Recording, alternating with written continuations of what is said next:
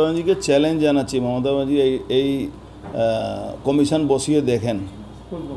এই যে অন্য ভাষার লোকের বা ভারতবর্ষের মানুষের জন্য উনি পশ্চিমবাংলা থেকে তাড়িয়ে দেবেন, এই যে উনার যে বক্তব্য, এটা একটা সাংবিধানিক পদে বসে উনি এই ধরনের কথা বলছেন বাংলাদেশি রোহিঙ্গা আর পাকিস্তানি লোকেদের সাপোর্ট করার জন্যে।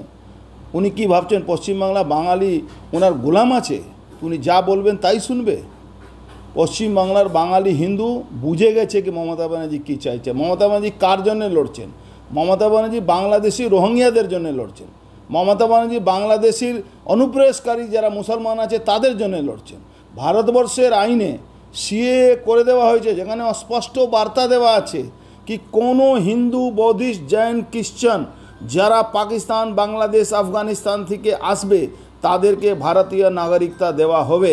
সেখানে উনি 2024 সালে 11 মাসে 2024 সালে 11 মাসে একটা মানে ওই নামের না অন্য নামের একটা চিঠি এসছে। সেটাও কে দিয়েছে?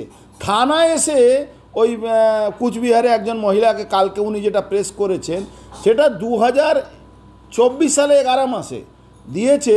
আর থানা ওকে নোটিশও দিচ্ছে না, ওর নামটাও নেই, ওটা ওর নাম সঙ্গে মিলছে একটা নোটিশ, ফলস নোটিশ। ওনার তো এই থানার আর সিভিক ভলেন্টিয়ার কোন একটা মুসলমান আছে সিভিক ভলেন্টিয়ার, আমি সব তথ্য বের করেছি। ওই মুসলমানকে দিয়ে একটা ওই লোকটাকে, রাজবংশী মানুষকে ওখানে গিয়ে ধমকাচ্ছে কি তোমাকে পুলিশ তুলে নিয়ে যাবে।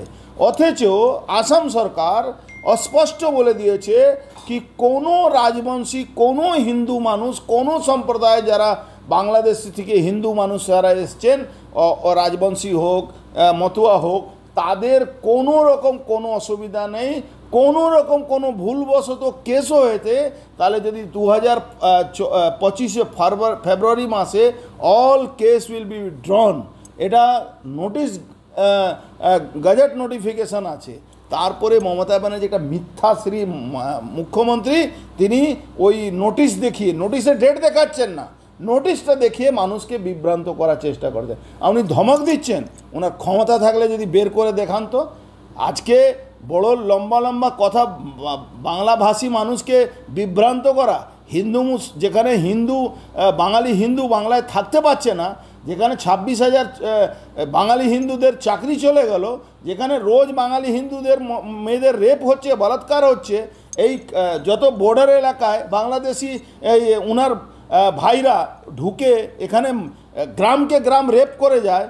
ওই গোবরডাঙ্গা থেকে, গাইঘাটা থেকে নিয়ে ওই সুতিয়া যে গ্রামগুলো আছে, তারপরে বসিরহাটে ওই শেখ শাহজাহান কী করছিল সন্দেশখালিতে। আজকে উনি বড় বড় বাঙালি প্রেমী হয়ে গেছেন। আজকে বাঙালিরা বুঝে গেছেন, বাঙালি হিন্দুরা বুঝে গেছেন কি মমতা ব্যানার্জি মিথ্যাবাদী, আর মিথ্যা বলে আজকে উনি এই প্রতিশ্রুতিগুলো মানুষকে দিচ্ছেন। কেন 10 মিনিট কেন হিন্দিতে ভাষণ দিতে হলো? ওনার অত আছে, তাহলে বাঙালি করছেন, বাঙালি হিন্দুদেরকে উস্কাচ্ছেন, পশ্চিমবাংলা একটা ভাষা বিভেদ তৈরি করার চেষ্টা করছেন। কোনো ভাষা বিভেদ না। ভারতবর্ষে সনাতনী হিন্দু, বাঙালি হোক, বিহারি হোক, ওড়িয়া হোক, মাদ্রাসি হোক, সব এক আছে। ওনার বিভেদ করলে হবে না। উনি ইংরেজের মতন ডিভাইড অ্যান্ড রুল যে পলিসি নিয়েছেন ওটা মানবে না বাঙালি হিন্দু। বাঙালি হিন্দু বুঝে গেছে মমতা ব্যানার্জি এই রোহিঙ্গার, পাকিস্তানি, বাংলাদেশি অনুপ্রবেশকারীদের খালা ফুফু আছেন, উনি ওদেরকে বাঁচাবার জন্য এই গল্প সাজাচ্ছেন। এখন দুয়ারের সরকার ফেল হয়ে গেছে, এখন দুয়ারের সরকার জায়গা উনি পাড়ায় সমাধান করবেন। কাকে দিয়ে সমাধান করবেন?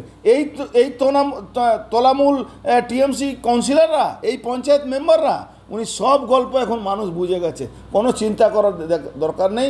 বাংলার মানুষ ওনাকে মিথ্যাশ্রী উপাধি দিয়ে এখান থেকে ঝেঁটে বিদায় করবে।